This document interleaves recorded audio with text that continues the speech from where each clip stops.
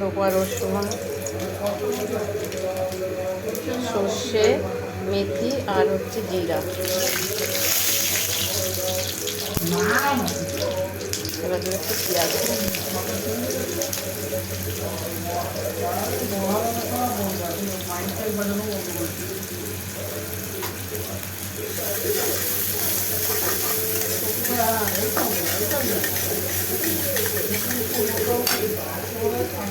এবার একটু ভালো করে ভেজে নেব।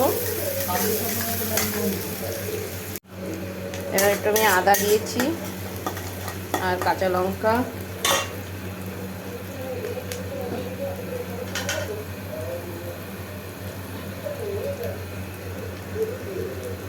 হলুদ,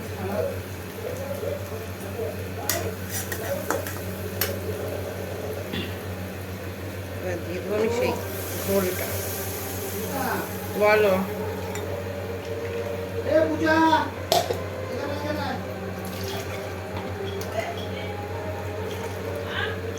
বল।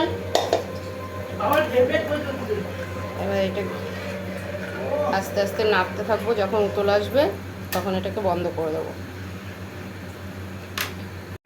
এইভাবে কারিটাকে সব সময় নাড়াতে থাকতে হবে, না হলে যে ফেটে যায় না অনেকেরই, দেখবেন দই দিলে দইটা ফেটে যায়। এটা আমাদের বাঙালিরা খুব কমই খায়, আর হচ্ছে বাঙালিরা এটা খুব কমই বানায়। এটা বাইরে বেশি চলে, বাইরে বেশি খায়, একটু গরম পড়লে এটা করে কারি। এভাবে শুধু চালাতে হবে, চালাতে চালাতে দেখবেন দইটা ফাটবে না। খুব ধিমে আঁচে পাকাতে হবে।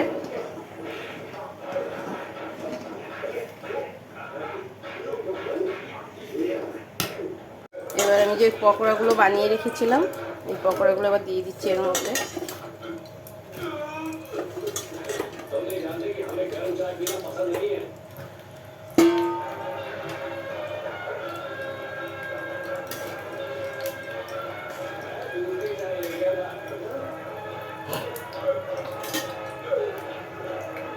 আমি দিয়েছি কারি পাতা, শুকনো লঙ্কা, ফোড়নে সাদা তেল, আর দিচ্ছি মেথি, জিরে, সর্ষে।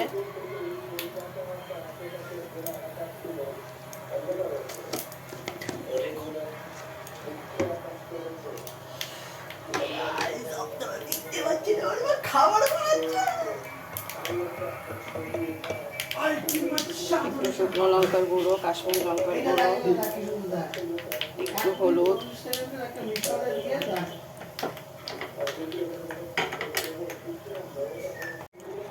এবার আমি বানিয়ে রেখেছিলাম মেথি, মৌরি আর হচ্ছে ধনে।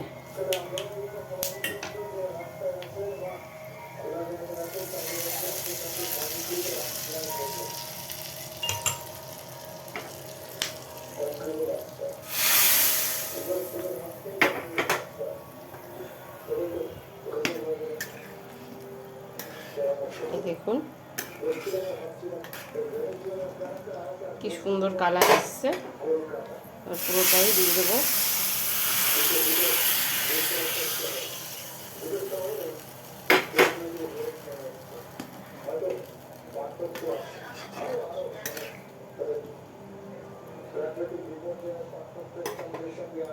নামানোর আগে একটু কস্তুরি মেথি দিয়ে নামিয়ে দেব। দেখুন কি সুন্দর ধাবা স্টাইলে কারি হয়েছে। আপনারাও বাড়িতে এইভাবে করে খাবেন, দেখবেন খুব ভালো লাগবে। আমি আজকে নিরামিষ না, একটু পেঁয়াজ দিয়েছি, একটু রসুন দিয়েছি। সব দিন শনিবার হলে নিরামিষ করি, আজকে নিরামিষ করিনি, আমিষ করেছি, হয়ে গেছে, ব্যাস।